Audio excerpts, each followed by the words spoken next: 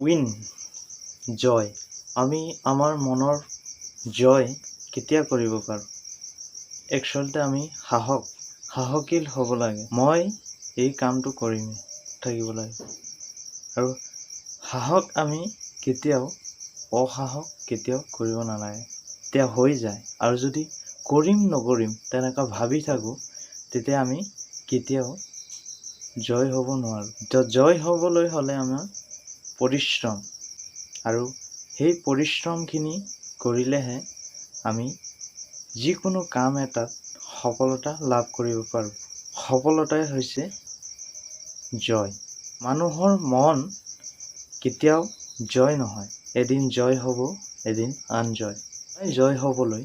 কাম কৰিবলৈ আছে সেই কামতে লাগি থাকিব লাগিব তেতিয়াহে এদিন হ'লেও এদিন জয় হ'ব পৰা যায়